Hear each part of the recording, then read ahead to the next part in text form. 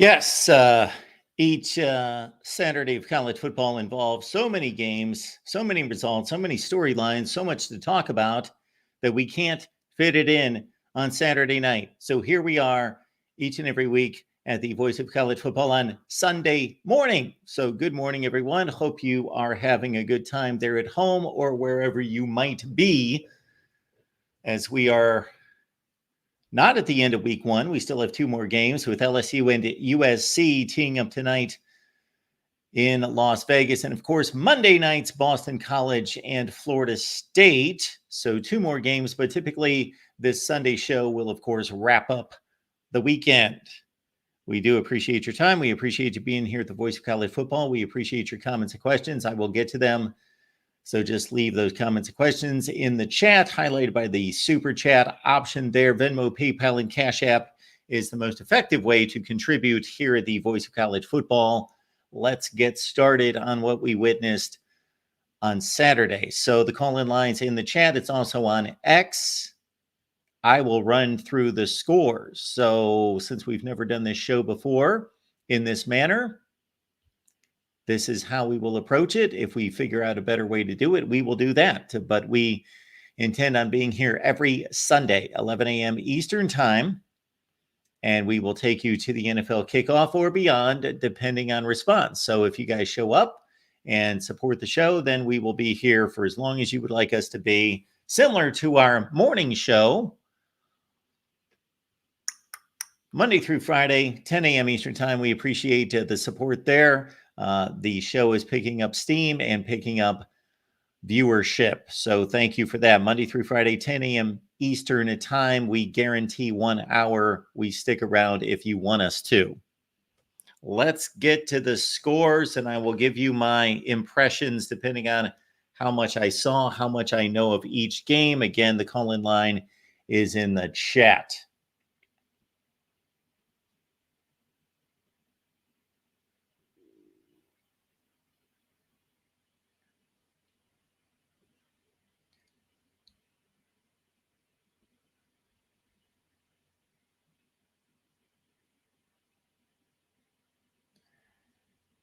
Tonight, we've got USC and LSU.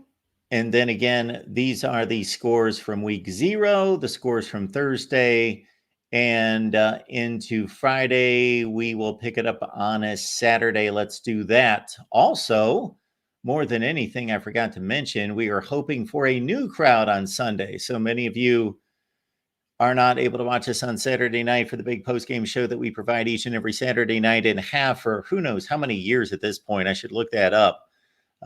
Maybe 7 or 8 years we've gone live on Saturday night after all the big games, typically right around 11:30 Eastern. Many of you like to get your sleep. That's a wise thing to do. I understand that more and more. Sleep is important to your health. Please get it. So if you like to stay up late with me, we're here on Saturday night late. If you don't, this is why we're going live on Sunday. So hopefully we've got a new audience. Not that you're not invited for both shows. Hey, if you want to join us late Saturday night, come back on Sunday, of course. But hopefully we've got a new show with new callers and new audience here. We've got a couple people calling right now. We will get to them some point soon. Let's get rolling, though. Georgia, the most complete team in college football, demolished Clemson 34-3. I saw this game start to finish until it became apparent that Georgia was running away with it.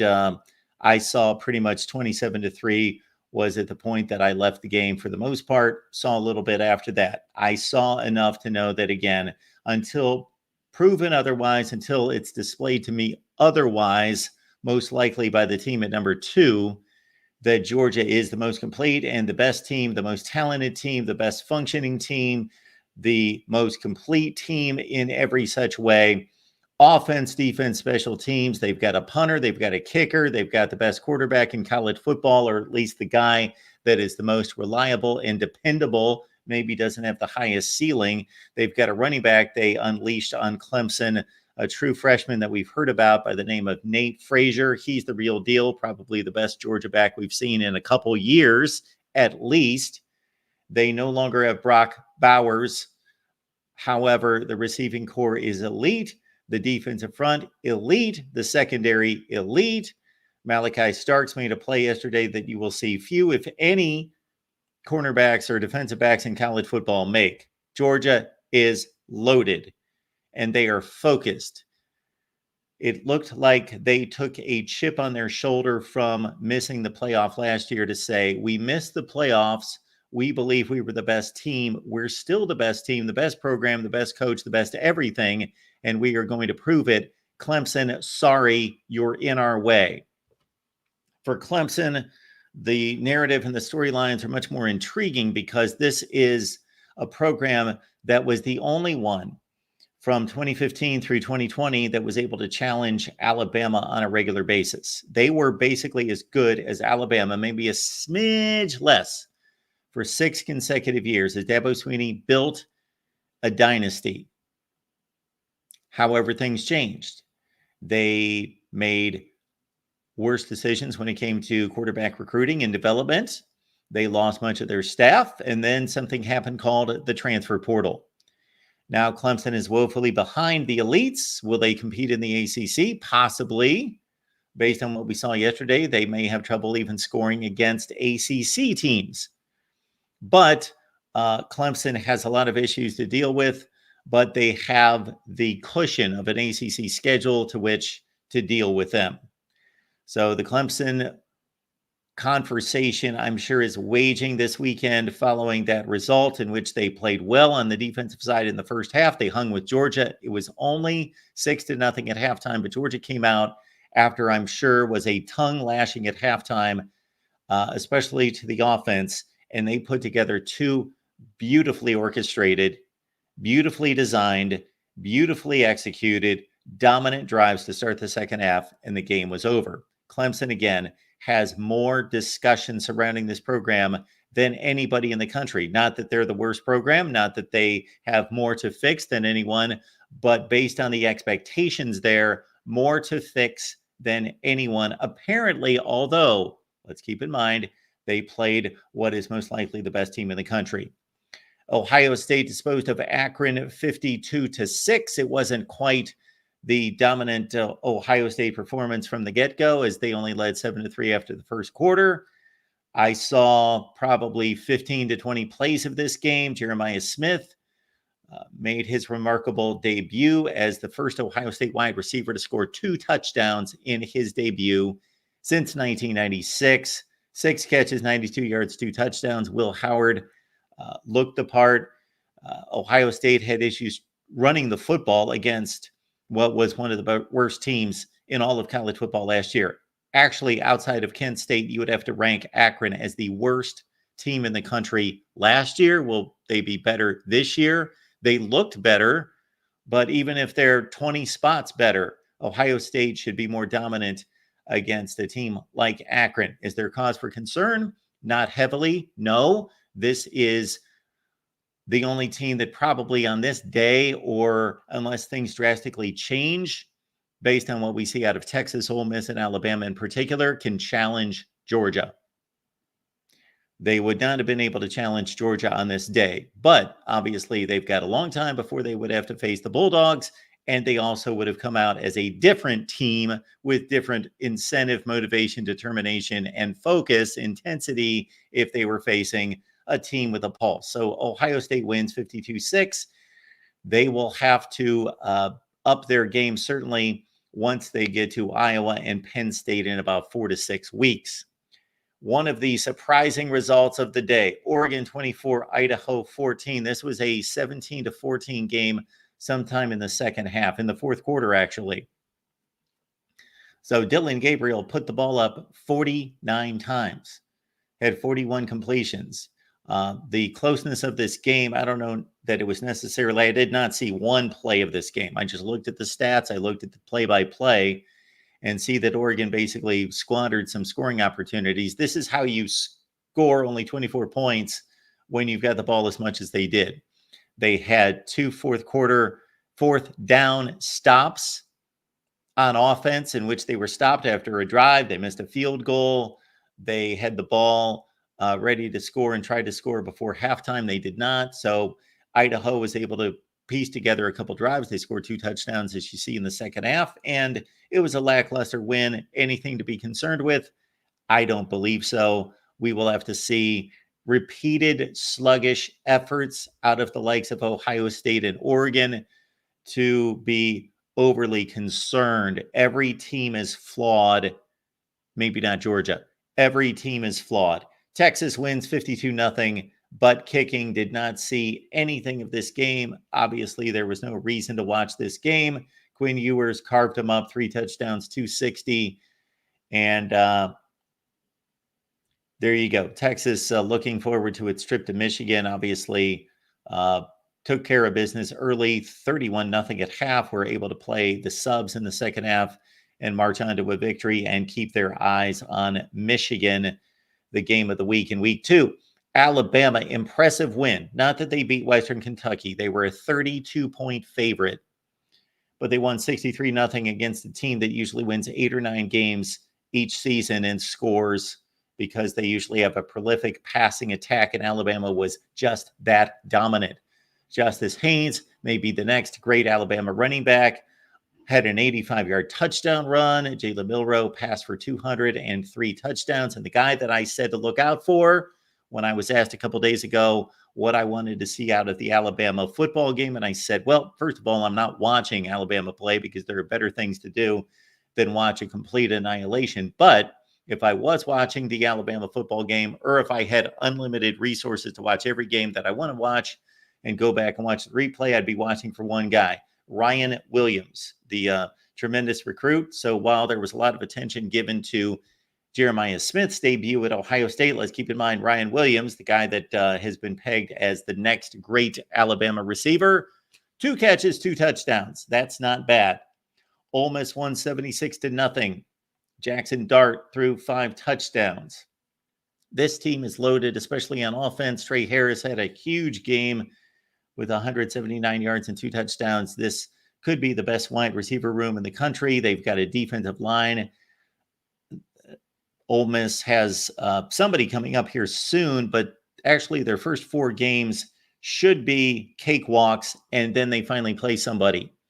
Let me get to one other game before we take some calls. Let me get to 2 games. Let me get to 3 games here, the 3 on the screen, before we take any calls. Notre Dame, Texas A&M, the most significant game of the weekend, 23-13. This was not a pretty effort. It was not a dominating effort, but when any team can go to Texas A&M, which routinely plays the best teams in the country at home into the fourth quarter, this is a significant win for Notre Dame, for an offensive line that only had 6 starts represented along the offensive front going into this game, had a new quarterback working with new receivers. For him, Bo Collins was the most effective. Notre Dame found itself in a 13-all game in the fourth quarter, and they dominated the last couple drives, both on offense and defense, and that is telling.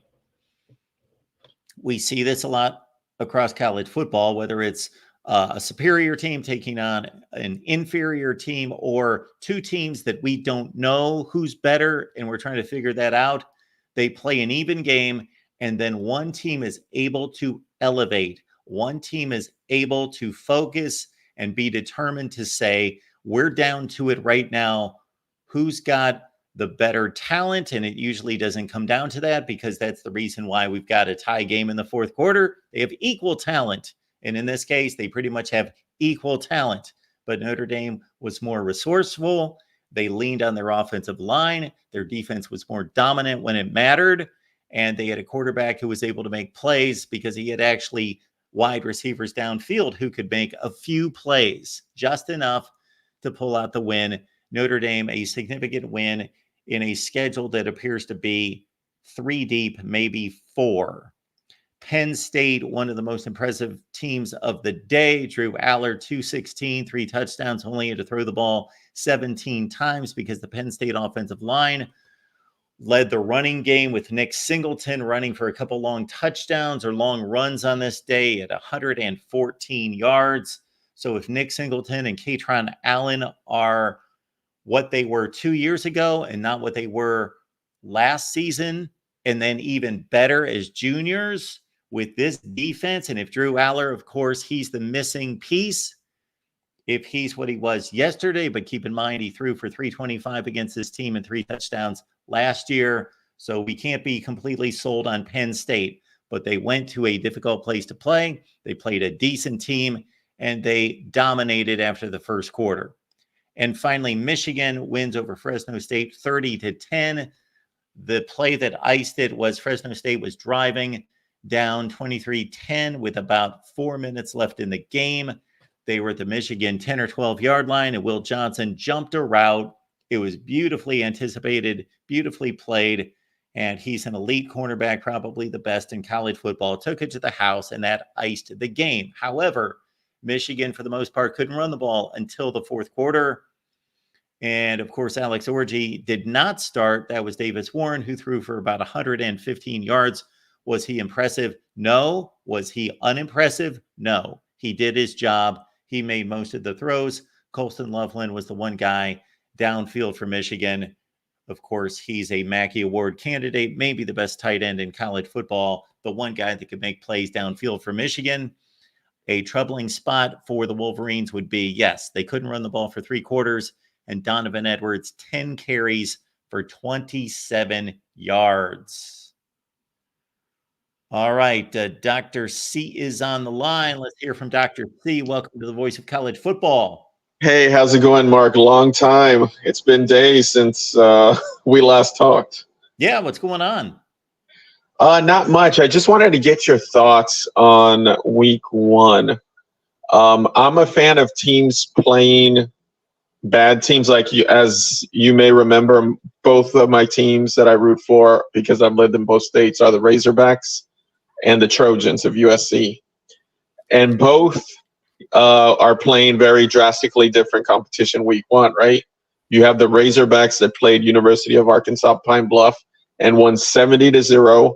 And then you have USC, who's taking on LSU in a neutral site in Vegas, right? Is it best for a team, from what we saw this week 1, I'm thinking of Oregon, I'm thinking of those teams that weren't firing on all cylinders, to play an FCS week 1, right? Because they haven't hit another player that isn't their own in 5-6 months, right? What are your thoughts? So my first thought is we don't know if they would have been firing closer to on all cylinders if they were playing a team like that. We don't know how much of that was just, I don't want to call it a lack of effort or a lack of focus, but teams obviously, when they know that they've got a huge talent advantage, they know that going into the game.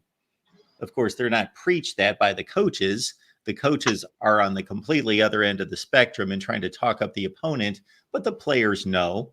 They know that we're Oregon, we're playing Idaho. And then they also go out onto the field and they can see speed and talent and athleticism and strength differences. So the intensity is not there to start the game. And so what you're saying about them having rough performances their first week, we don't know how much of that had to do with the opponent. Now, again, we'll never know that. But your point is well taken, because they didn't go out there and dominate. So here's my thought, is that most coaches are control freaks. Therefore, they're paranoid. They want their team to be ultra ready. They don't have preseason games. So I think that most coaches believe that their preparation is better than the opponents, that what they do is better than the opponents. And if they're given more time, they'll be able to prepare and outcoach the opposition. Therefore, most coaches, not thinking about the other team having to deal with the same situation, would rather have the warm-up game and then correct flaws, correct weaknesses, scheme better, and then go into the tough opponent in week 2, not taking into consideration, of course, that the other team has to deal with the same situation. But that's my thought of what most coaches would like. Now, in terms of what's reality, well, it depends on which team is ready to prepare for that game 1 better than the other team. It's unlike any other game the entire season, in that they know who they're playing, and they have scouted that team, and there's nothing that's really going to change that scouting. So they are locked and loaded and ready to go, and they've prepared for this game. And even though the coaches don't talk to the team about this or talk to the media, and they don't want to talk about a week one opponent, they know who the week one opponent is the entire offseason. And of course, they're preparing for them. So those are basically my thoughts about whether playing that week one. I would want to play in week two as well. So I'm not criticizing the coaches, because I understand the mentality that, oh, I want to see my team play, and we don't get preseason games. So I want to be able to see them play once, regardless of how bad the other team is, fix the issues, address the issues, then get prepared for a big opponent. So I totally get that mindset. Yeah, if I was, USC, I would have probably scheduled, and they're on a whole lot that can give you a fight, but like a North Dakota State week one. And just, that's going to be a team that's going to, hey, if you're not careful, we're way more talented than them. But this team, as Colorado saw, and teams in the past have seen who've gotten beat by North Dakota State, that you got to be at least, you got to wake up for week one, right? And then play LSU, right, week two, and vice versa. Because like I said, I think LSU, we'd get a better performance, is my hypothesis, if USC and LSU are like last night, A&M and Notre Dame. They could have cleaned up a lot of that timing issue and whatnot, and had a better product if they would have played an FCS a week one. Are those your thoughts? I mean, from what we were saying, or do you think if they would have done the same, the game would have looked pretty much the same? I know it's an impossible question, but what are your thoughts about that? Well, I think that when people think about issues being cleaned up, they think about offense first and foremost. And the offense is behind the defense. That's just obvious, because you hit and you do all those physical things, run and do all those things on both sides of the ball. But obviously, when you have to handle the ball, there is more skill involved, and there's more that can go wrong. The defense doesn't necessarily always have to make a play. The wide receiver drops a pass, there's bad timing between the quarterback and the receiver, and so it's a missed throw, something like that. The defense didn't make a play, but they benefited from a misconnection or mistiming or something going wrong on the offense. And so they win the down, they win the play. So the defense has the advantage over the offense. So the offense, if these guys are well coached, and they all are, is only going to get better. So what we saw last night out of Notre Dame and Texas A&M, I'm going to credit in some direction to exactly what you're talking about. These quarterbacks, especially the Notre Dame quarterback, had never worked with those receivers in a game. And so there are going to be timing issues, and the offense is just going to get better. It's going to gel going forward. But a lot of that with Notre Dame and Texas A&M, which is the byproduct of that's who those teams are. They're not going to be prolific offensive teams, especially Texas A&M. They don't have the personnel to be that. They won't be that. But they both had, especially Notre Dame, an extremely inexperienced. I don't even know that I've ever heard a statistic like that. 6 starts for the entire offensive line going into this game. I go through offensive line starts in reading up on these teams during the summer, and it's usually 75, 100, 120. I think Florida State has over 200 starts coming back this year along their offensive line, and Notre Dame has 6. So those guys, they got better as we watched the game progress into the fourth quarter. They got better. So they'll get better going forward. Now, your team, USC, unfortunately, based on USC's scheduling challenges, that they play such a difficult schedule because they only play 3 non-conference games, and 2 of them are LSU and Notre Dame. Their softie is Utah State, which in some years wouldn't necessarily be that soft of an opponent. I don't know how good they're going to be this year, but they just won the Mountain West Conference a couple of years ago. So USC, they could have scheduled Utah State in week 1, and sure, that would have been their easiest game of the year, but maybe not by much, and would have been tougher than a lot of teams' third or fourth easiest opponent. So that's what I'll have to say about USC's schedule. Yeah, and lastly, and I'll let you go. Do you think because of the playoff, we're going to see more teams be willing to play harder schedules, or do you think it remains the same? Because it feels like, at least this is my perception, without even, I don't even know exactly how the playoff works. I've just seen, conference champions or not. But in the past, obviously, it seemed to be better to go undefeated and play a bunch of cupcakes than lose twice to a really tough schedule. Just the perception of the zero, like, seemed to just, hold such high regard, right? Which is very impressive regardless of who you play. But with the playoff and having more opportunity to get into the playoff, do you see that as a possibility, or do you think it stays about the same, or do you see people scheduling even more easy non-conference games? So I don't think that there's an exact answer one end of the spectrum or the other, but I think more times than not, it is going to be to these teams' advantage to schedule lighter non-conference schedules. And here's why. First of all, there's not a whole lot of room to run and hide anywhere anymore. These two conferences, the Big Ten and the SEC, are so strong, you could schedule 3 lightweights non-conference, and you're still going to run into enough good football teams that you have to prove yourself at some point. So there's no running and hiding from tough competition in those 2 conferences in particular. Now, if you're in the other 2 conferences, you most likely, the way things look, and we're very early in the season, but they may get completely shut out of any opportunity to have an at-large team make it anyway. And obviously, Florida State's already lost. Clemson's lost an out-of-conference game. The Big 12's not going to play the caliber of opponents outside the conference to warrant, most likely, any second team to make it. So I'm expecting the Big Ten and the SEC to fill up these at-large spots. So in the ACC and the Big 12, does it help to play a difficult non-conference foe?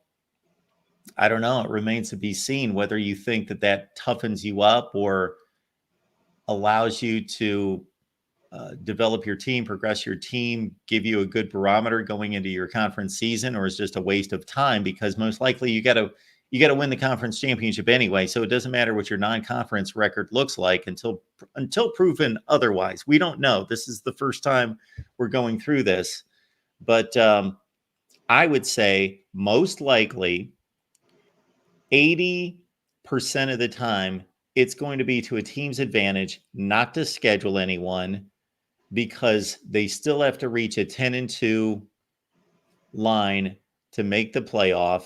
They're still going to have to go 10-2, and they're going to do it against the tough enough schedule inside the conference in the Big Ten and the SEC to be given a playoff spot. They're going to be handed a playoff spot at 10-2. So why muck that up with an out-of-conference loss and knock yourself out of the playoff? On the other hand, there will be that 20% of the time when a team scheduled a difficult non-conference game and they either won or they looked impressive enough against a really good team that goes on their resume, and they'll run into a situation where they're being compared against, let's say, 2 other teams that didn't play that game or played that game and got trucked. And that's the comparison point for the playoff committee, and they'll get the nod over the other team or teams that they're being compared to. But I think that's going to be the minority situation, but it will happen. So to answer your question, I would go 80% in favor of those teams that don't schedule anyone non-conference, and about 20% of the time it's going to pay off scheduling a tough non-conference foe and either winning or looking competitive. Got it. And I won't take any more of your time because I know you call it. So just quickly, Liberty is out, right? I think they're rumored to go undefeated. Liberty is out. You lost me there. I don't even know what Liberty did yet. I'm getting to their score here. Did they lose? No. I mean, I think there's people say they are going to go undefeated. Oh, okay. Again, so undefeated Liberty doesn't take that 12th spot. The 12th spot goes to whatever team the Group of Five or the College Football Playoff Committee deems as the best Group of Five team. And last year, I think they made a mistake because they took a team that had, I believe, the worst schedule in the country, if not one of the 5 worst schedules in the country, that beat no one, but was 13-0. And they took them over an SMU team that was 11-2 and beat some good teams. And then their only 2 losses were against power conference teams, of which Liberty played none.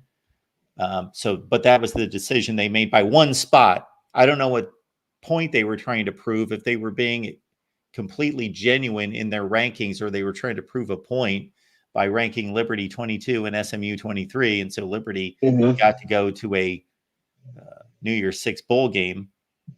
But they're going to have to make the decision that you're asking about right there. Are they going to just take the best record, or are they going to be determining best performance against schedule? Yeah, because it always brings up, let's say that 12th spot, the team that's going in is 9-3, right? Out of the Big 12 per se, I guess, or and they're 13-0, right? Wait a minute, you're talking about a Big 12 team that won the conference championship? No. That 12th spot is going to be, it's going to be a team that's lost probably 2 or 3 games, right?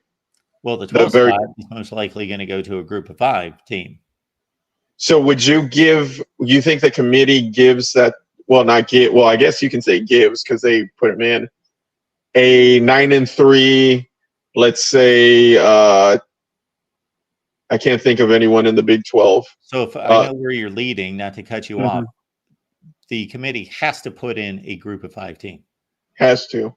Yes. There is. And how would that undefeated Liberty get in and get that last spot as the very, I'm guessing they'd go in.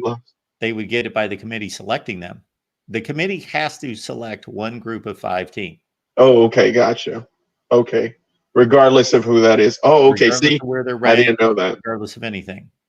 Interesting. Okay. Well, I mean, I kind of like that, I guess. So they at least have, a chance to get in and play these other teams. Okay. Well, there might be a reason for all the games. Yeah, they're playing for something. Awesome. Well, I've been really rude to take off so much of your callers' time, but it's a blast talking to you, and thank you so much for these shows. I love them. Keep them coming. Thanks, Dr. C. All right. Take care. Good to hear from you. Have a good one. Same. Likewise. Bye. It's one of our all-time favorites there, Dr. C.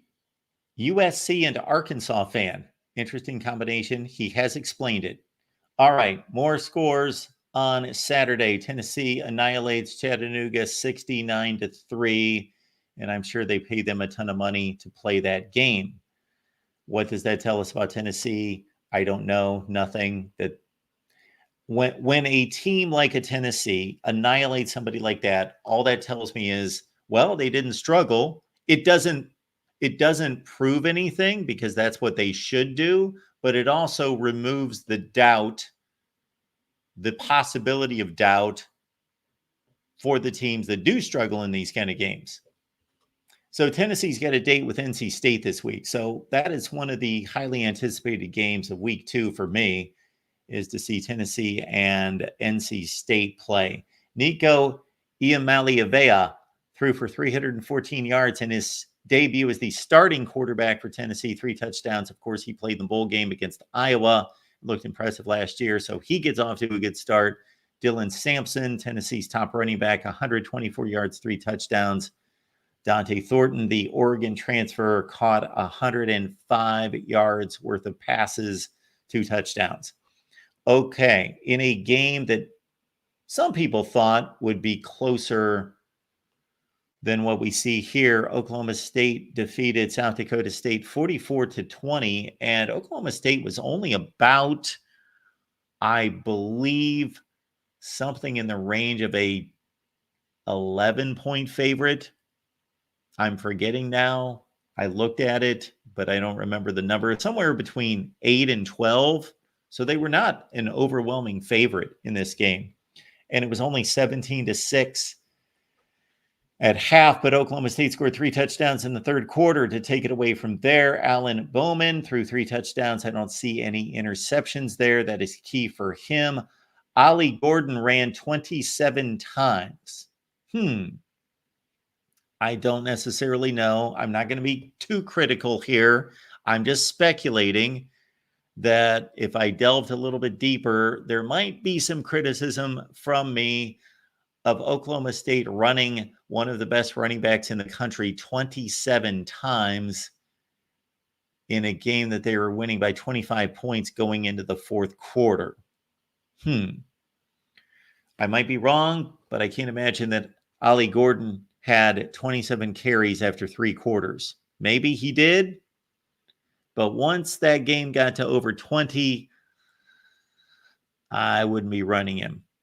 27 carries. They want it to be a long season.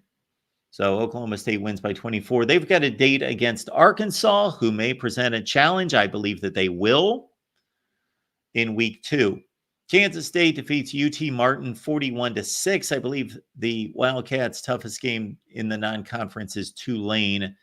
And that, I believe, is next weekend. Avery Johnson, his first game as the starting quarterback at Kansas State, although he was one of those like a Miller Moss or Garrett Nussmeier, the bowl game starter in relief of the departing starter to the NFL, or in this case, the transfer portal guy, Will Johnson. Avery Johnson started the game against NC State last year in December, but he gets his first start for Kansas State, 153, 2 touchdowns as the starting quarterback, and Kansas State rolls. Okay, next significant game on the day, Miami 41, Florida 17. I made a horrible prediction on this game that I can't explain it, folks. I cannot explain it that this happens. Well, it's happened twice this year already, only in 1 week. It happened twice in 1 week. It should not happen at all, but I basically picked 2 teams yesterday that I knew were going to lose. But I was standing on some kind of cockamamie principle from the offseason. So I made 2 predictions that I did not believe in at all. This was one of them. I took Florida at home with the 3 points.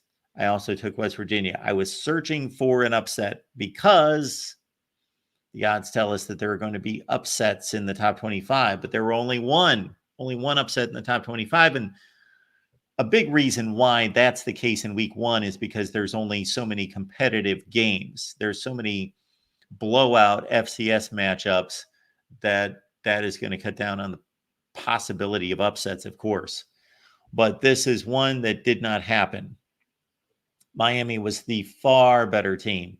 Even when the game was respectable on the scoreboard at, well, it was 24-10 at half. Miami scored late in the first half, and that was huge. Montrell Johnson had a 71-yard touchdown run for Florida. That was all they did on the ground. That was basically all they did offensively that mattered.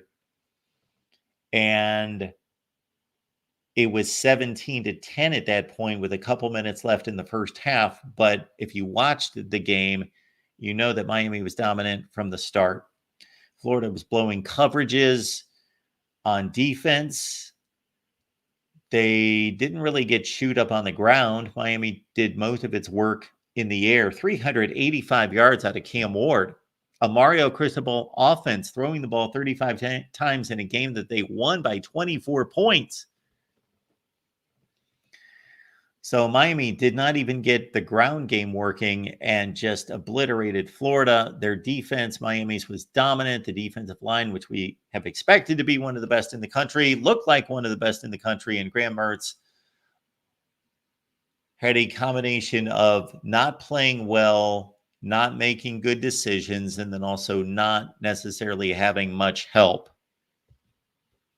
Graham Mertz is a decent quarterback. He showed that last year. I don't think a guy can complete 72 to 74% of his passes with a 20 to 3 touchdown to interception rate, playing with a team that was generally not the best team on the field. So it's one thing if you were that guy and you're walking out with Georgia talent each week, and maybe you're not the most talented guy, Stetson Bennett.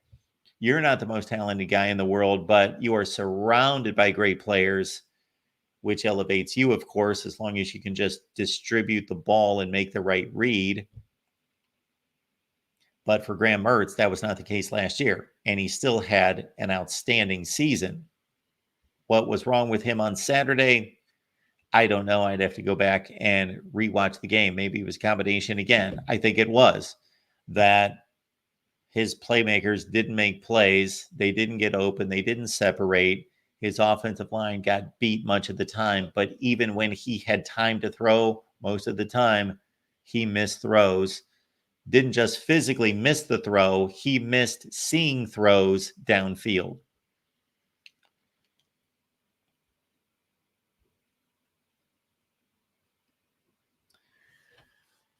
We have posted the call-in link. It's on X. It's also here in the chat.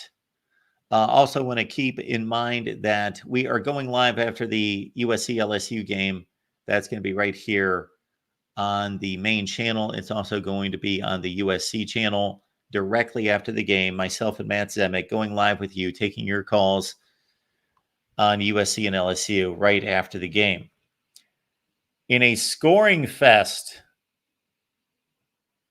Arizona and new head coach Brent Brennan of San Jose State defeat New Mexico 61-39. Noah Fafita had a huge night, 422 through the air, 4 touchdowns. His favorite target, Tierra McMillan, 10 receptions, 304. 304 is a wide receiver, 304. I don't know what the all-time record is. In the NFL, it's Flipper Anderson at 336, I believe. The all-time receiving record in college football can't be a whole lot more than 304, 4 touchdowns. Iowa scored points on offense. They defeat Illinois State 40-0. Look at that passing attack out of Cade McNamara, 251 yards and 3 touchdowns. Caleb Johnson ran for 119 yards and 2 touchdowns. I would be curious to look at the box score. I had this game running on my phone, but I barely looked down to see what was going on. So I've got no analysis on this game from watching the game, but we can respond to the stats and the score. And Iowa at least generated some offense. And as we discussed, in the second half, they did. It was 6-0 at halftime. So let's pump the brakes on being too excited about Iowa's offense, considering the opponent and considering it took them forever to do it.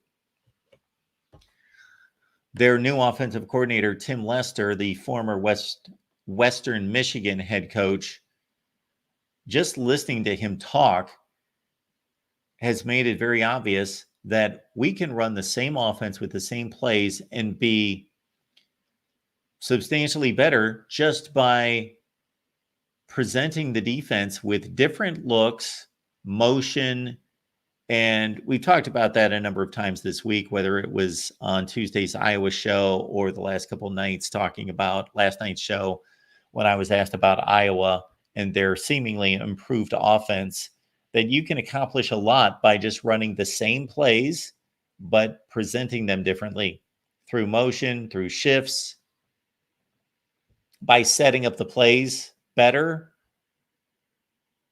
So plays run in the first quarter, not just being called because of the situation at hand, but giving the defense a look that you're going to play off of later in the game to set them up. One of the interesting scores of the day, and the biggest upset, I believe, on the day is a 13.5-point underdog. Vandy raced out to a 17-3 lead at halftime, and then they caved in, almost blew the game, but put together, to their credit, a 2-minute drive in the final 2 minutes of the game, marched down the field, scored against Virginia Tech to force overtime, and Vanderbilt is 1-0 after defeating Virginia Tech 34 to 27. Now, we don't know what Virginia Tech's final record is going to be. It's anticipated that they were going to be a 8-4, 9-3 football team. They got quite a few top 25 votes. I would like to know the last time Vandy beat a team of this caliber in non-conference play. Vandy in Clark Lee's first season beat decent, okay, 7-6, 6-7 Florida and Kentucky teams, but out of conference, Vandy winning a game like this, it's probably under James Franklin 10 years ago. It might not even be then.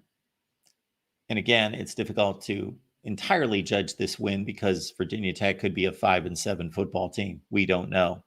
Maryland ran roughshod over UConn 50-7. Billy Edwards won the quarterback duel against MJ Morris and threw for 311 yards and 2 touchdowns. Roman Hemby, who's been at Maryland forever, scored a touchdown. And Ty Felton, their best wide receiver at Maryland, had a huge day with 178 yards receiving and 2 touchdowns. So Maryland blasts Jim Mora's team 50-7. Louisville, likewise, 62-0. Tyler Shook, the former Oregon and former Texas Tech quarterback, 4 touchdown passes. Ja'Cory Brooks, the former Bama wide receiver, had a nice debut for Louisville, 7 catches, 83 yards, and a touchdown. Purdue, let's keep the shutouts going. 49-0 over Indiana State. Hudson Card, 273 through the air, 4 touchdowns. Devin Mockabee, he's still at Purdue. He's been around forever. 11 carries, 89 yards. That is Purdue's last easy game of the year. That's it. So I'm glad that they were able to capitalize on Indiana State because they've got Oregon State on the road. They've got Notre Dame. Those are their other 2 non-conference games. And then before I check the chat for any comments or questions from you, Pitt defeated Kent State 55-24. The game was close in the first half into the third quarter, but this was a under-the-radar special here at the Voice of College Football. We tout our guy Steve Merrill from Wager Talk. He is now 22-5, 22-5 against the spread. That's in 2022, 23, and now the first week of 24. He gives us one under-the-radar pick exclusive to the Voice of College Football, 22-5 against the spread. He said, take Pitt, lay the 24. Eli Holstein, the Alabama transfer, won the starting quarterback job over Nate Yarnell and pulled through with 333 through the air and 3 touchdowns. Of course, he will have tougher competition to deal with here very soon as Pitt, trying to bounce back from a 3-9 season, pull away in the second half and win by 31.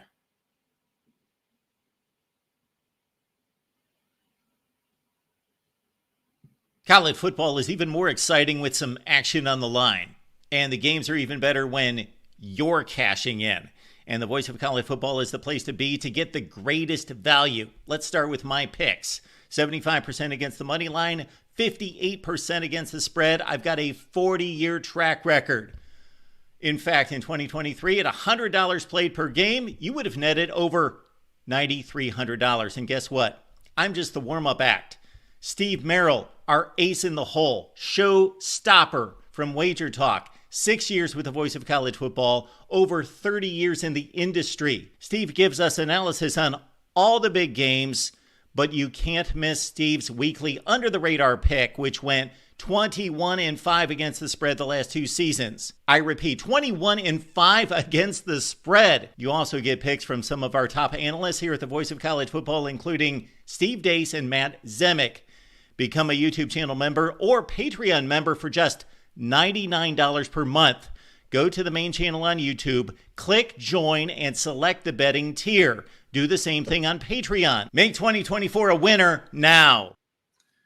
We do appreciate you being here at the Voice of College Football. And what we're doing here is every Sunday, get together with you. So many of you do not like to stay up late Saturday night. I do not encourage you to stay up late at all because we should get our sleep. But many of you stay up late with us after the games on Saturday night.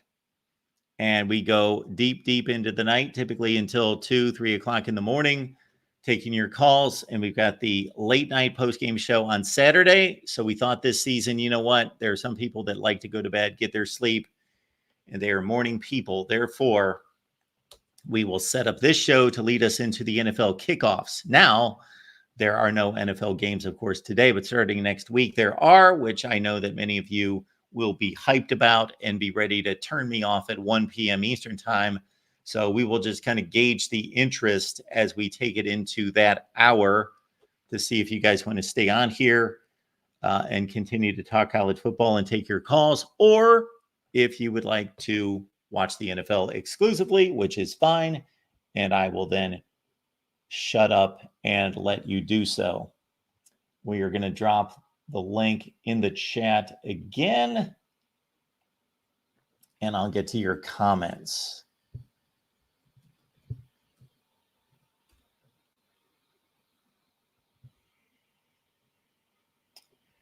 BGPO Football Funk. Appreciate you being here at the Voice of College Football.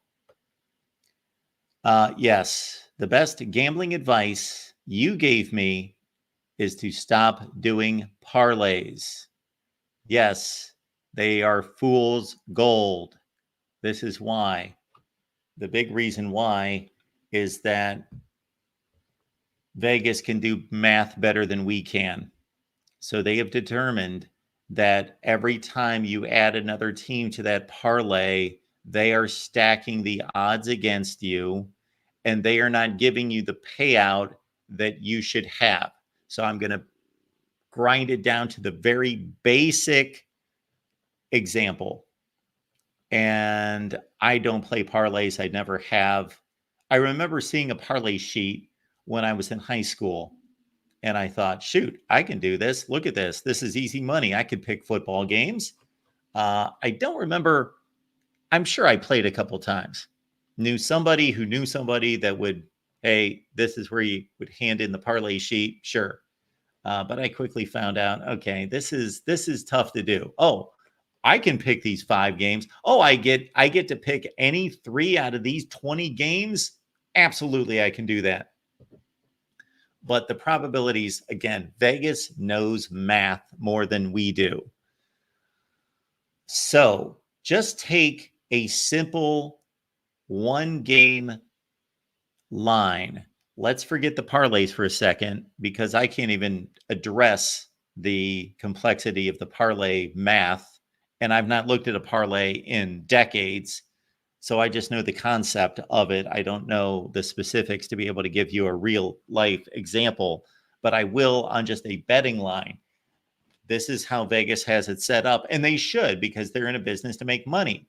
And if you can beat the game, if you're the 5% out there, and I'm throwing out that number as a rough estimate, it might be less than 5%. I would be surprised if it's much more than 5%. If you are of the 5% or 3% or 1% that's able to actually make money against Vegas,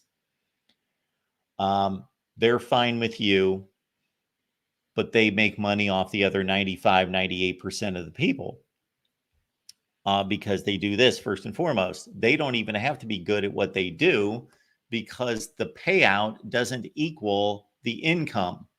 So on your standard play in Vegas, let's say the game is exactly even It's a pick'em game, which we rarely see, but to not muck up the waters and make this a clean, easy example. It's a pick'em game. Ohio State and Michigan are playing, and it's a pick'em game, meaning nobody's the favorite. Vegas is simply saying, pick the winner. And again, this rarely happens, but it makes the example easy. The number that you're going to see next to the two teams is minus 110. Minus 110.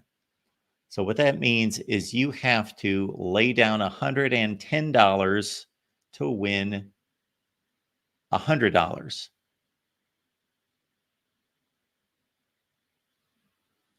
You have to lay down 110, and then if you win, they're going to give you back $210. So you netted $100. So Vegas is basically making 10% off of everyone.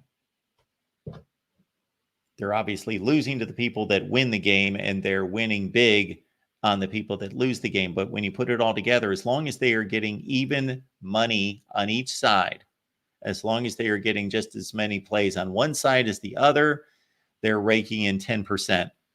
So it's a fixed game from that standpoint. That doesn't mean you shouldn't gamble. That doesn't mean you can't win. That just means you are playing from a deficit to begin with.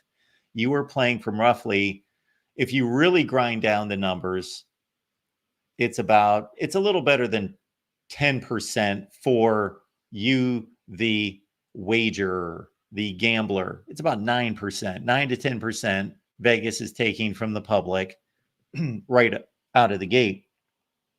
And then, of course, if the public, which they often do, from what I understand from our guy Steve Merrill, does a poor job of wagering, that the public actually loses more than it wins. So let's say the public is 50-50, which if you were throwing darts, if you were just throwing darts at these games, you should go 50-50. I don't even know if I went 50-50 yesterday. I've got to look at the scores, but we still have two games coming up tonight. By the way, I've got USC +5, and I've got Boston College on Monday night +17. But if you just throw darts, you would go 50-50. That's why it's funny to see these guys throwing out their records against the spread, or most of the time they're not wanting to throw out their records. But if you track their records, they're under 500 against the spread. Remember our buddy Pete Axtell from NBC, from the NFL show on NBC? When I was growing up, there was Jimmy the Greek on CBS, and there was Pete Axtell on NBC. And I just remember Pete Axtell, he was one of the forerunners of all this. And I remember sitting there as a kid, and he'd throw up and I just learned from him and Jimmy the Greek what it meant to pick a game against the spread. I didn't understand at first. Why is there a +7 there and a -3 and a -3.5? What are they? What is that? I would try to figure that out. Like, did they start playing and somebody kicked a field goal? It's +3. What's going on? What is that? I had nobody around me that knew nothing about gambling, which was a good thing. So there was no gambling debt surrounding me. So I knew nothing about it. Nobody around me knew nothing about it. I didn't grow up in a sports family, a football family. I caught the fever, and I dived in all on my own, discovered it all on my own. So I knew nothing about that. But I just remember, at least for a time period, I don't know how long that lasted, when I was 8, 9 years old, looking at point spreads and not knowing. Then within a couple years, once I discovered what that meant, then I'm looking at Danny Sheridan's list every day in the newspaper. Page 2. You flip open the front page of the sports section, you go to page 2, you see Danny Sheridan's, you see all the lines. And even during college basketball season, for example, when there's 80 games going on, you see the line for every game. And I just found that fascinating. Immediately found that fascinating.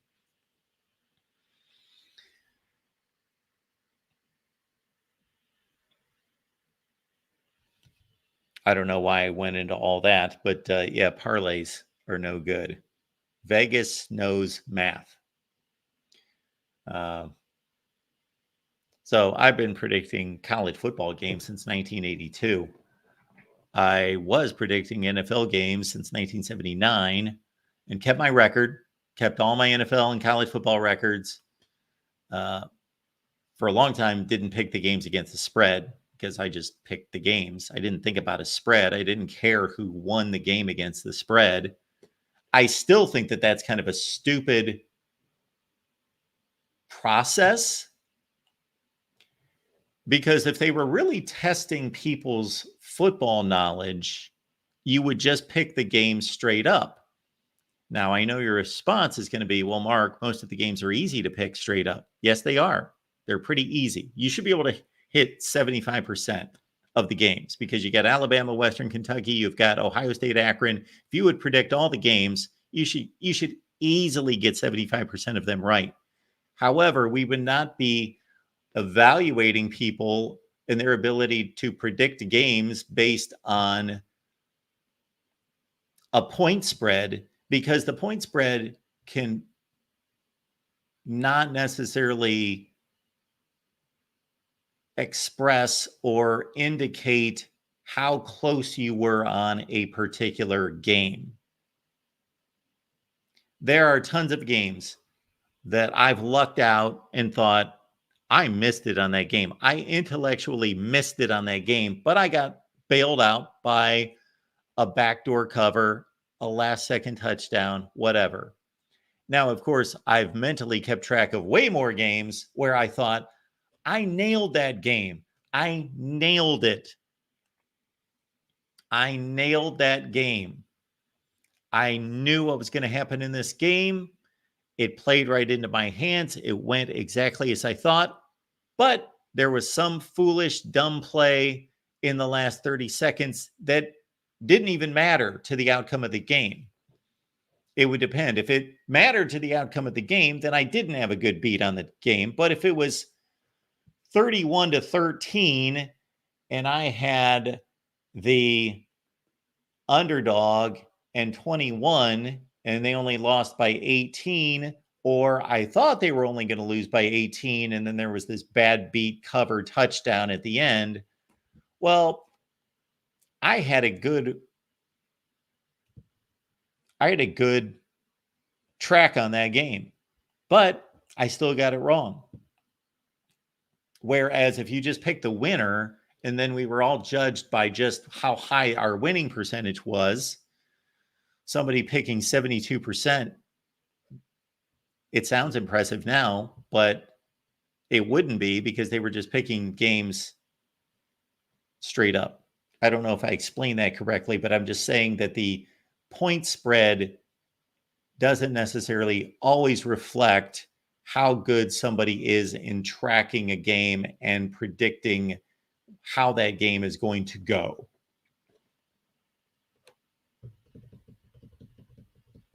But a flat out prediction record, just predicting the winner of the game, that would show us who truly over time did the best in forecasting these games.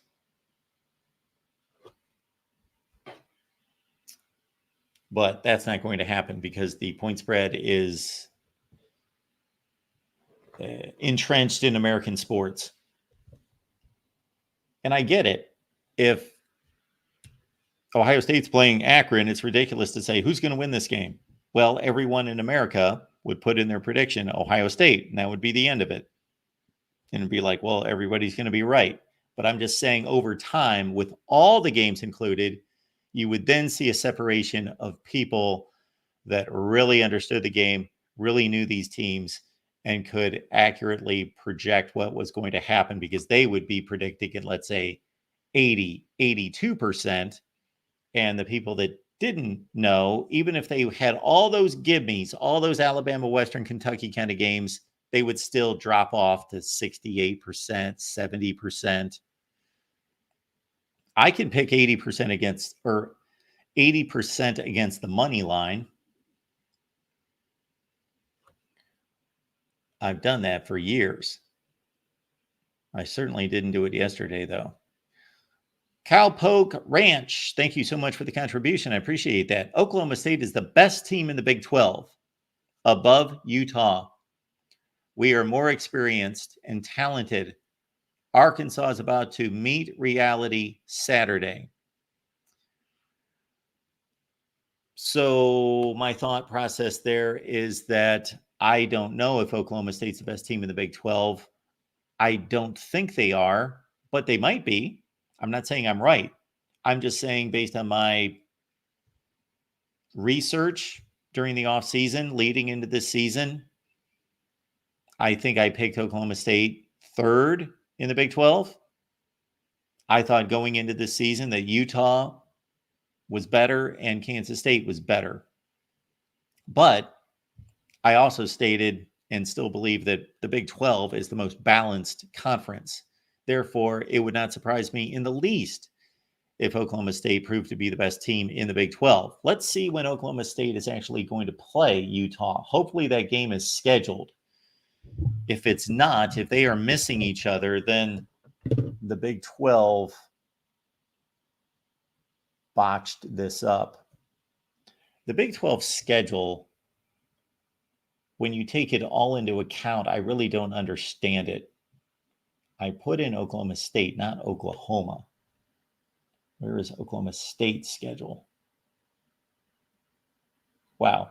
That shows you the search engine. Okay, let's try this again. Oklahoma State. Okay, there we go. Oh, that game's coming up soon.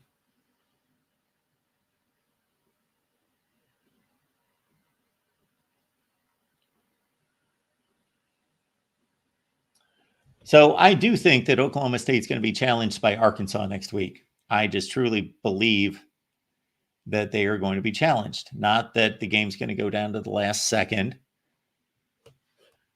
But I got to think that since they're playing at home, they're probably a 6 or 7 point favorite in that game.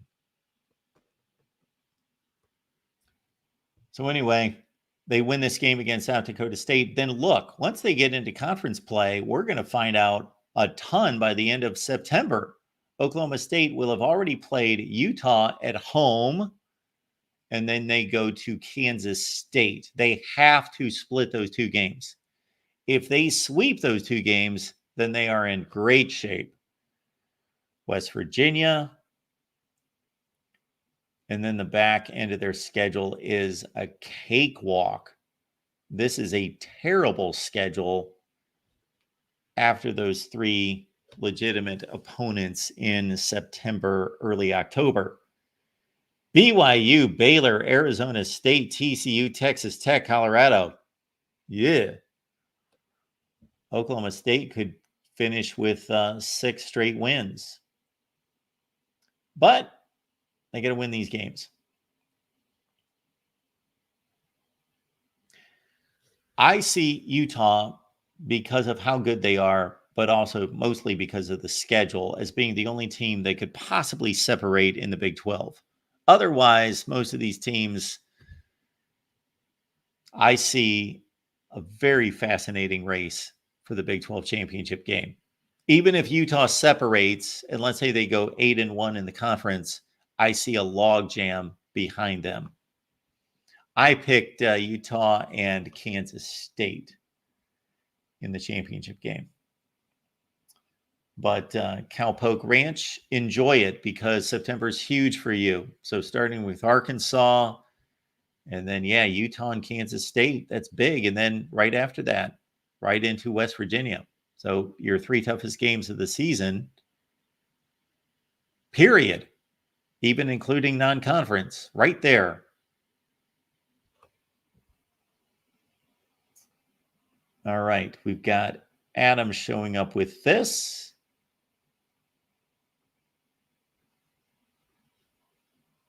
Let's get the scores back up here. Where were we? Navy.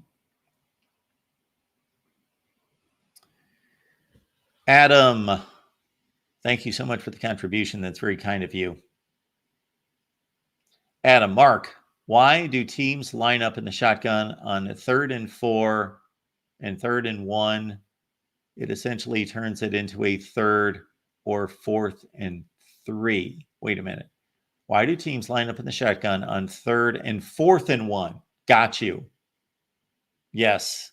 It essentially turns it into a 3rd or 4th and 3. Well, as you well know, I believe, Adam, this all started because of the proliferation of the spread offense. We never saw this before. Quarterbacks lined up under center. The only team running that in the NFL for decades were the Dallas Cowboys, and they only went to the shotgun on 3rd and long. So they were capable, functional behind under center. And college football teams, all we'd have to do is go back 15 years and we would see them all operating under center. And even the teams that ran out of the pistol, those quarterbacks, just think about the preparation, the experience of these quarterbacks who play in college football today versus the ones that played even 10 years ago. Because even though they played in these pistol and shotgun offenses 10 years ago in college football, they played traditional offensive football for the most part across the country 10 years ago even. But now these quarterbacks, that's all they know. They're not lining up. They don't know how to take a direct snap from the time they're in Pee-wee practically now. From what I understand, I'm not out scouting Pee-wee football games, but definitely in junior high and high school, they're operating out of a pistol formation. So we are accustomed to traditional football where the quarterback takes the snap under center. And then again, the Dallas Cowboys were the first to introduce the shotgun, which was basically just taking the formation that you see if you go back and watch the 1930s, the 1940s, the first films of football, and there is a lot of pistol formation, but they ran the football. So it was a running formation. The Cowboys made it a passing formation. And then finally, it took probably 20 years. It wasn't until the 90s before we saw shotgun formation in the NFL from anybody else. And then we saw, within a couple of years, we saw it from everyone. And then, of course, while I would say that the NFL throughout its history has influenced college football more than the other way around, through the passing game, through the shotgun, through 4 and 5 wides, all these things came from the NFL first.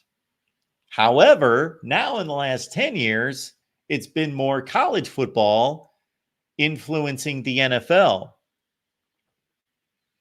So from a passing standpoint, it was Mike Leach, Hal Mumme, all those guys influencing and changing the way college football is played, and Urban Meyer running similar sets, but with a power run game, first and foremost, that we saw this change in college football. And then it finally affected the NFL when the NFL finally discovered that a guy like Lamar Jackson could come into the league and actually play quarterback and not be somebody that they just joke and laugh at and figure this guy's a novelty. No, we can actually function in offense and we can actually threaten a defense. And we're going to take these concepts from college football, which make total sense because when your quarterback becomes a runner, you've got an extra blocker. The quarterback always handed the ball to the running back and just stood there. And therefore, you're playing 10 on 11. Now you're playing 11 on 11. So you've got an elite athlete at quarterback, but he also has an extra blocker. And he also is lined up in this formation in which it makes it very difficult for us to determine, is he going to keep the ball or is he going to hand off the ball? And so I'm not entirely answering your question, although I think I did. This is how, so the 3rd and 4th down and short play has been deemed not important enough, doesn't come up enough for all these teams in the junior high and high school ranks and the college ranks to say, you know what, we're going to devote a portion of our practice, we're going to devote a portion of our quarterback development for them to actually take snaps under center.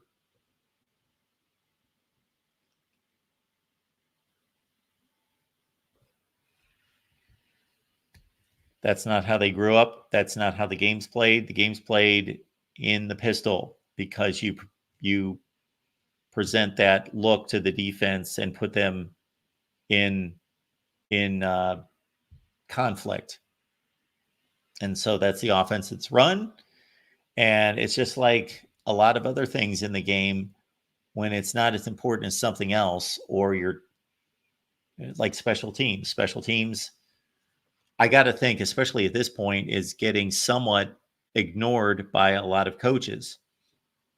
Not the smart ones, because it's still important, but think about special teams. And I know I've taken this off the rails to another topic, but I hope I answered your question. Basically, because these quarterbacks grow up running the shotgun or the pistol offense, and they never take a snap under center. And so the very coaches that are teaching this,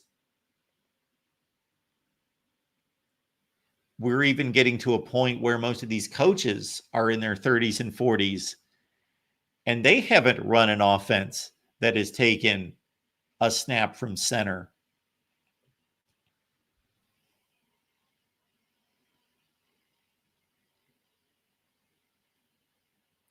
So, and I would think, Adam, that these teams would have even more incentive to practice that and become functional taking a snap from center now that it's legal to push the ball carrier.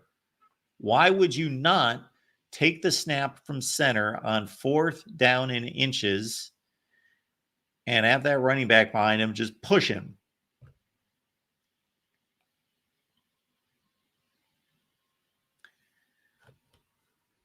Penn State on Saturday routinely was stuffing West Virginia on 3rd and 4th and short. They were just blowing up every time, every play. They were just too stout up front for West Virginia's offensive line. And they just crushed every 3rd and 4th down play. And if you look up the play-by-play, you're going to say, well, Mark, West Virginia converted this one here. Actually, the one that they did convert, that was a horrible spot. They lost yardage and they gave them the first down. But Penn State continually just stuffed them on 3rd and 4th down. So I think I answered your question, but the place I was going with special teams is that just think about the importance of special teams 10 or 15 years ago and what has happened to special teams and special teams plays since then. What has happened? Well, we now have a kickoff, and we have removed most of the incentive to run back the kickoff. So first and foremost, we've had a kickoff. If we would go back in college football 30 years, we would see almost every kickoff returned. So the first thing that happened was that the kickers got better and better and better and better and better and better and better and better. And so they kicked the ball further, and they started to kick the ball through the end zone. And so that reduced the number of returns first and foremost.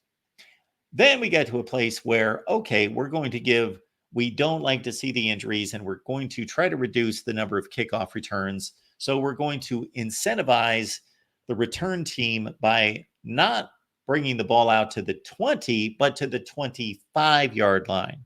So that happened, maybe 10 or 12 years ago? And then that wasn't enough. Now, okay, that's not that great of an incentive, and we're still dealing with 20-year-old athletes catching the ball at the 3-yard line, and they don't care that it's going to come out to the 25 unless it's been drilled into their heads. They want to return the ball. So now we're going to incentivize it to the degree that you can catch the ball at the 2-yard line, and we're still going to bring it out to the 25. So your odds of executing a return that's better than what we're going to give you is minimal. It's probably, what do you think, 20%, 25% of the time that a player would catch the ball at the 2 or the 3 and advance it past the 25. So we're going to help you play the probabilities. And so the coaches have drilled it finally into these return players' heads that if you're fielding the ball that deep, just fair catch it. We'll take it at the 25, which I think is a completely stupid rule, but I'll not get into that right now. I've explained that pretty recently, why that rule completely goes against the structure of the game. So I know I looked it up this off season that if you take the team that returned the most kicks in college football, I'm going off the rails here. We'll get back to Saturday here in a second, but look at this. If you take the team that returned the most kickoffs in college football last year,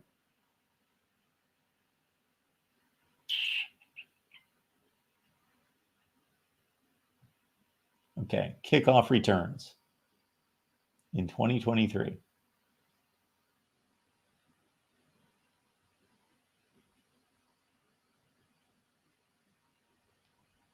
Okay. Rutgers was number 1 in the nation in kickoff return average, but they only returned 5 the whole season. So we want who returned the most kickoffs? Central Michigan. So that must have been a combination of their defense sucked and they gave up a ton of touchdowns, so they were returning kickoffs, number 1. Number 2, they must just by luck have run into a bunch of lame kickers. They couldn't kick the ball far enough. And number 3, their coach or their return people just wanted to return the ball. So anyway, Central Michigan returned 43 kickoffs last year. And then you see it go from there. Let's see where that would have ranked in 2010. 43 kickoff returns. Look who led in 2010. East Carolina with 82. Just under double. And if you had 43 kickoff returns in 2010, you would have ranked 107th in the country. So the team that returned the most kickoffs last year, Central Michigan, 43 kickoffs, would have ranked 107th in kickoff returns in 2010. So what this is telling us is that they've eliminated kickoffs for the most part in college football. Then the next item, we could do the same with punt returns, because what's happened in punt returns? Number 1, coaches are scared, they're paranoid, and they don't trust their players. And I get it. I'm not criticizing them. They don't trust their players. So they just, the reward of returning a punt, it's like the reward of blocking a punt is not worth it. You far more have the probability of roughing the punter than you do of blocking a punt. So blocking a punt has become a lost art in football, unfortunately, because I think it's one of the most exciting plays in football. I love a blocked punt, but it rarely happens anymore. We'll look at that in a second too. But just returning punts, that has lessened considerably as well, because number 1, coaches have determined, okay, the chances of us making a substantial punt return aren't as great as us muffing the punt. Either muffing the punt or catching it and then fumbling the punt. So let's just catch it. And we're fine there. And then also, maybe more of a factor than that has been that the punters have gotten better, led by these Australian kickers who, of course, run to the right, kick the ball, and they can position it better than just a straight, dead-on American-style punting approach. And then on top of that, because the teams are afraid to rush the punter, they don't rush the punter. So he's got all day so he can allow his return or his coverage team to run down the field and cover the punt. So all that is contributed to less punts being returned by far. Let's see what we got here. Punt returns. I'm sure you didn't tune in today to hear me talk about special teams, but I find this interesting. Punt returns. Who led in punt returns? Look at yesterday. Who returned the most punts yesterday? UCF returned 7 punts. Oh, they were playing somebody lousy and they won like 60-7. Okay. So in 2023, Penn State returned the most punts along with Iowa. Of course, they're forcing teams to punt constantly. Penn State, Iowa, Utah State, and Louisiana Tech forced 30 punts. Or they returned 30 punts. They forced way more than that. And Penn State actually brought 2 back for touchdowns, and so did Louisiana Tech. So that shows us something as well. There is some faith in their punt return guys to do damage. So they've encouraged those guys, hey, go ahead and return the punts. You're good, because look at the average. Kansas was number 1, but they only returned 6. If you go into the 20s, you see where Penn State was one of the best return teams in the country. Okay, let's go back to 30 punt returns that led the nation last year. In 2010,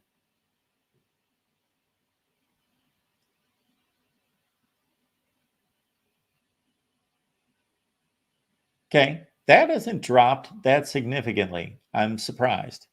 So in 2010, the most punt returns was 40, and 30 would rank 18th in the country. So it's still like a 25% drop off or a 33% drop off. So it's still significant. Now, I would like to know when certain rules changed. Now there, we're at 47 the year before. So that's going from 47 to 30. That's a pretty substantial drop. And 30 punt returns would be 15th in the country.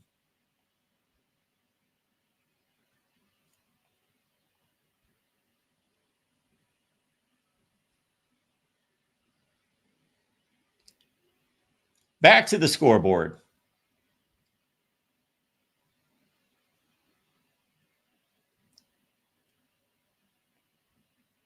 And we will remind you that we go live every Monday through Friday at 10 a.m. Eastern Time. We would love for you to be with us now that the games are on the field. We've got so much to talk about, definitely too much to talk about. We guarantee 1 hour every Monday through Friday at 10 a.m. Eastern Time. And if we've got it rolling and the show's being supported, I'll stay on for 4 or 5 hours, whatever. That's Monday through Friday right here on the main channel. And also, we will do this each and every Sunday at 11 a.m. Eastern Time. And again, we will gauge your interest and support. Matt Zemek and I go live after USC and LSU tonight, right after the game. We'll be right here. We'll be on the USC channel as well, breaking down USC and LSU and taking your calls.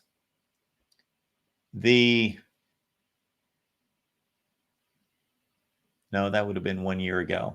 I was about to make an inaccurate statement about these games. So we've got Navy winning over Bucknell by 4 touchdowns. Wonder how many passes Navy threw. It's a lot more than they used to. They threw 4. Well, we don't know. Cincinnati, Scott Satterfield with a big win over Towson, 38-20. So based on the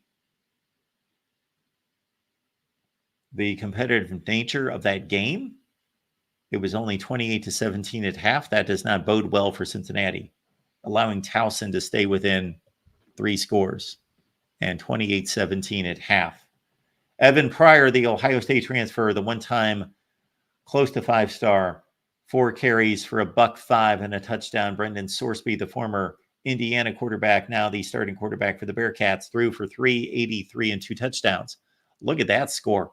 Washington State 70, Portland State 30. Washington State had 49 points on the scoreboard at halftime. So at least for one game, Washington State not missing Cam Ward. Indiana, we talked about this last night. Is this impressive? Kind of. Indiana out of the Big Ten should blast FIU 31-7. That's not a bone-crushing score, but it appears fairly comfortable. But they should do that. But then on the other hand, Indiana has not done that in the past on a regular basis. So a good first showing for Curt Cignetti and his new quarterback, Curtis Rourke from Ohio University. He threw for 180 yards and a touchdown. Nebraska, Dylan Raiola's debut in Lincoln. This is big. It looked like it was successful. I watched about 3 plays. Nebraska beat UTEP 40-7 after UTEP scored in the first quarter to answer Nebraska's score. I had quick thoughts that it was going to be another Nebraska debacle at that point. That not that they were going to lose the game, but just kind of limp home with a 23-16 win. But no, they stepped it up. Their defense, supposed to be one of the best in the Big Ten, should be 40-7. Dylan Raiola, 238 yards passing and 2 touchdowns. Emmett Johnson ran for 71 yards. Isaiah Nair, the incoming transfer from Wyoming, caught 6 passes for $121 and a touchdown. Eastern Michigan all over UMass 28-14. App State beat East Tennessee State 38-10. Joey Aguilar had a nice day for App State, 326 through the air and 2 touchdowns. Iowa State beat North Dakota 21-3. Will Iowa State contend in the Big 12? I think so. Rocco Becht, the newcomer of the year in the Big 12 last year, 267 yards and 2 touchdowns. Syracuse and Ohio, new coach Fran Brown takes over for Dino Babers, and Kyle McCord threw 4 touchdowns and for 354 yards as Syracuse beat Ohio 38-22. Texas San Antonio with a workmanlike win against Kennesaw State, playing its first FBS game, 28-16. Air Force 21, Merrimack, whoever they are, 6. All right. In a game that many predicted to be an upset, including myself, it was not, as Northwestern laid on the defense over Miami 13-6.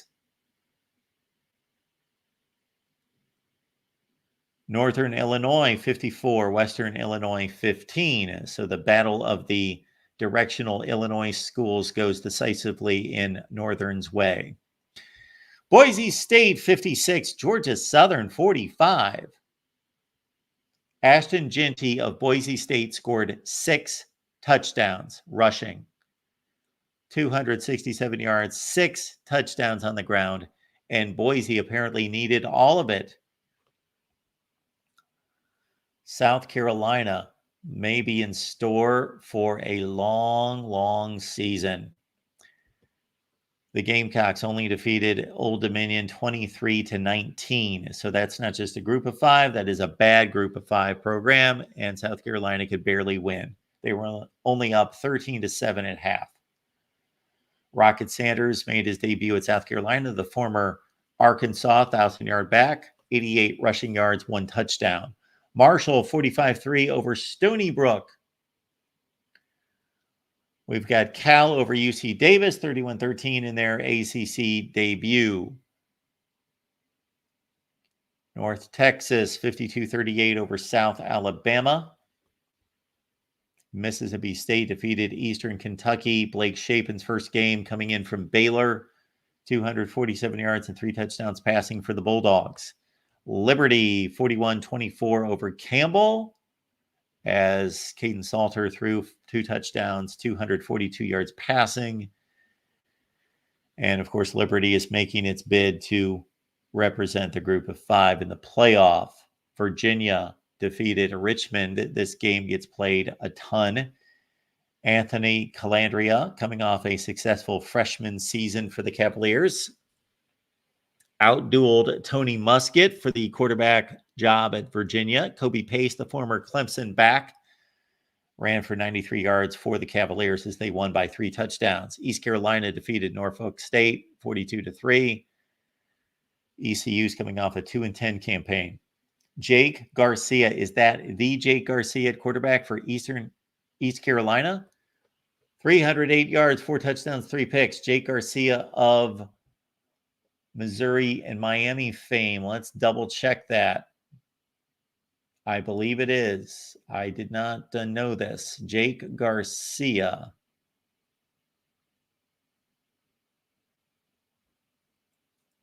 Yep. Spent 2021 and 22 at Miami, 2023 at Missouri. Did not throw a pass. He's the new starting quarterback at ECU. Jake Garcia was a higher rated prospect than Tyler Van Dyke.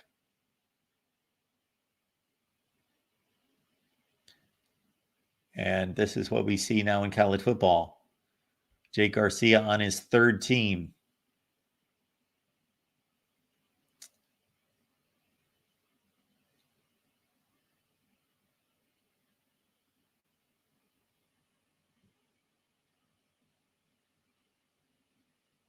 Where are we? There we are. Oregon State defeats Idaho State 38-15. First game without Jonathan Smith on the sideline, of course, replaced by his former defensive coordinator, Trent Bray. Arkansas State over Central Arkansas 34-31. South Florida had a comeback year last year going 7-6. They defeat Bethune-Cookman at 48-3. Baylor 45-3 over Tarleton State. Group of 5 win over the Power 4 as UNLV and Barry Odom defeat Houston 27-7. Middle Tennessee over Tennessee Tech 32-25, as this is the first year since 2005 that Middle Tennessee is being coached by somebody other than Rick Stockstill. Sam Houston over Rice 34-14. Nevada, off of that crushing loss in which they led by 3 scores against SMU, came back and beat what is typically a good Troy team 28-26, although Troy lost its coach John Sumrall to Houston.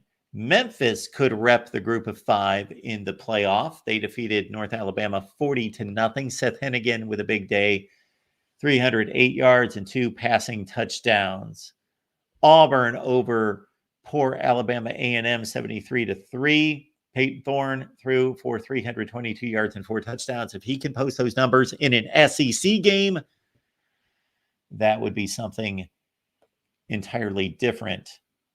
UCLA came back to beat Hawaii 16-13 as a 2-touchdown favorite. Ethan Garbers, 272 yards passing, 1 touchdown and 2 picks.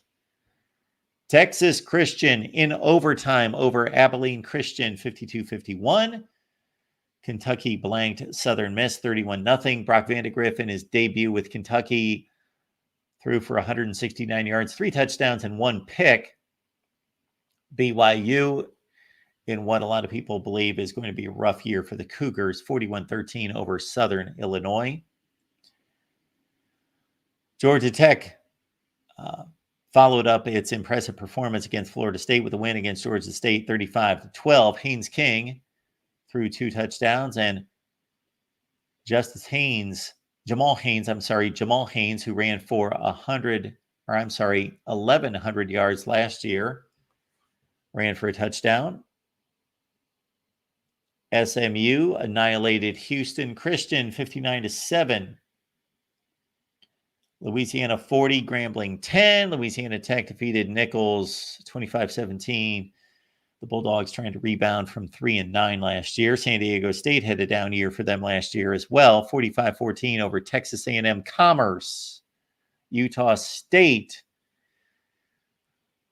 Spencer Petras was the starting quarterback, but injured for Utah State, and Brian Barnes led their win over Robert Morris, 36-14. James Madison, one of the best of the group of five, expected, 30-7 over Charlotte.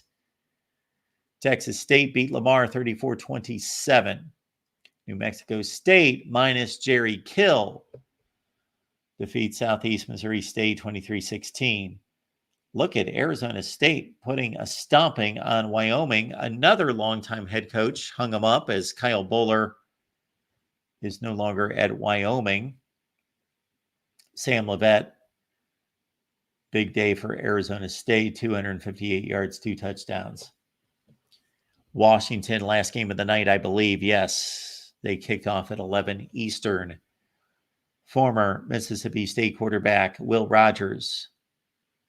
Look him up. One of the most prolific quarterbacks in the history of college football. 250 yards and a touchdown. Jonah Coleman, the transfer from Arizona, followed Jed Fish to Seattle. Ran for 127 yards and 3 touchdowns as Washington defeated Weber State 35-3. Bingo.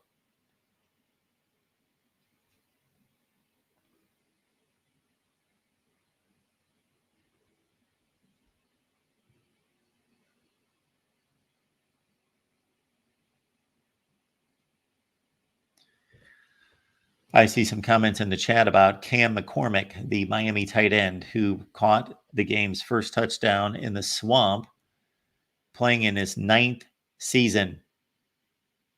Redshirted his first year, and then most of the other years have just been an early season injury in which he redshirted and received a medical redshirt. So this should be the final year for Cam McCormick. 9 seasons.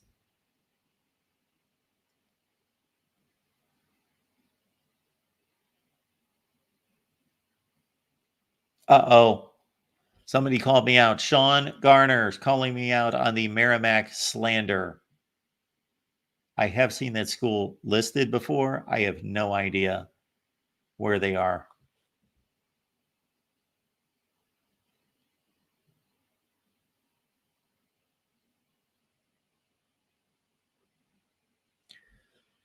Double O'Neill. So the question is, Miami good or do the Gators suck? Both.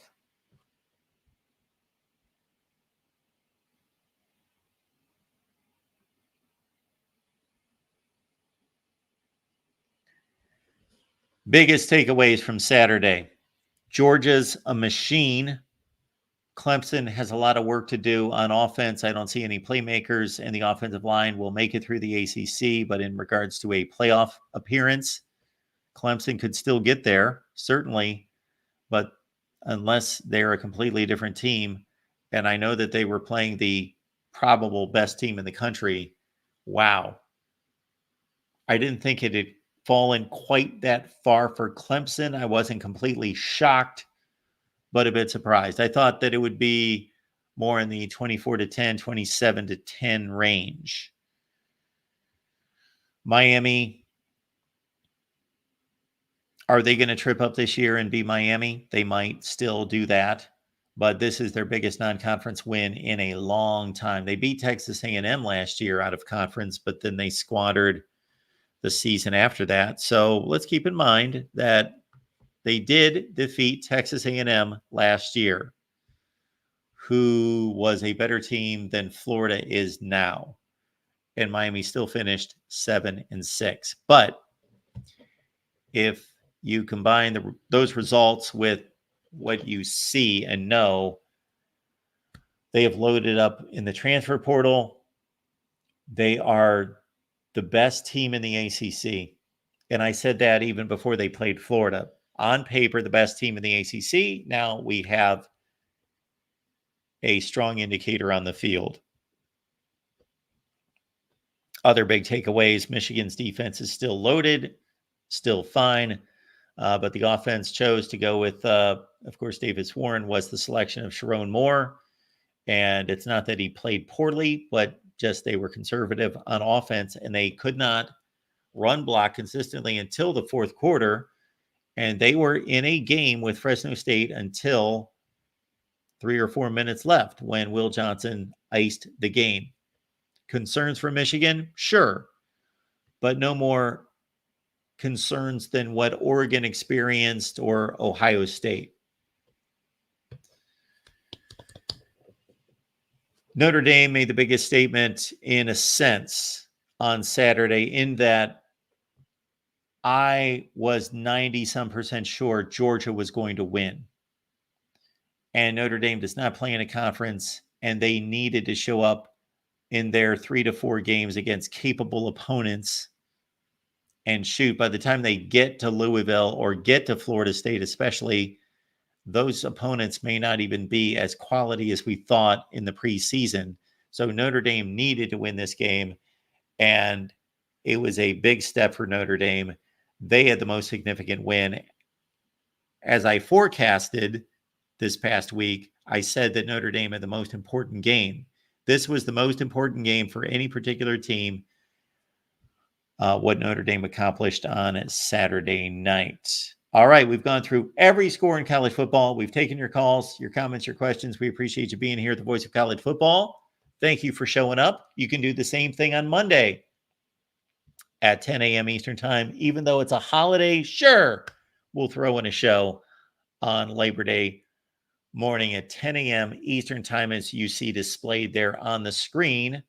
That's every day. We started after conference media days, and we have vowed to run through the entire college football season with you all the way through the national championship game. And we will show up that Tuesday after the title game. Then after that, we will see. But you're stuck with us every morning through the entire season. We do post-game shows on Thursday, Friday, and Saturday night. We thought we would tack this on for those people that didn't necessarily want to stay up late on Saturday. So here we are each and every Sunday at 11 a.m. Eastern Time. We appreciate your support. Keep in mind, as it says on the ticker down below, Venmo, PayPal, and Cash App, just search Mark Rogers TV to support the show in that way. The Amazon link's in the description section of all the videos. When you shop on Amazon, please use the link that we provide. I am telling you, you will experience the same shopping experience. Amazon will immediately recognize that it is you and your account and instantaneously direct you there. All right, folks, do appreciate you being here. We will see you on Monday at 10 a.m. Eastern Time. But before that, we've got the post-game show after USC and LSU, which could prove to be the game of the weekend. USC and LSU tonight. Matt Zemek and myself taking your calls after the game. So be here after the ball game hits double zeros. We will see you then.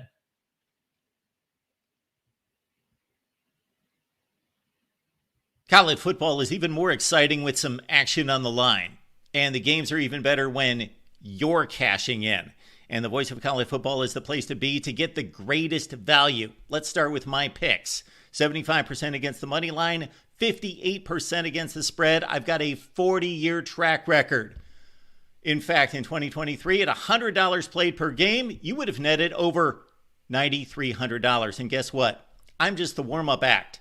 Steve Merrill, our ace in the hole, showstopper from Wager Talk. 6 years with the Voice of College Football, over 30 years in the industry. Steve gives us analysis on all the big games, but you can't miss Steve's weekly under-the-radar pick, which went 21-5 against the spread the last 2 seasons. I repeat, 21-5 against the spread. You also get picks from some of our top analysts here at the Voice of College Football, including Steve Dace and Matt Zemek.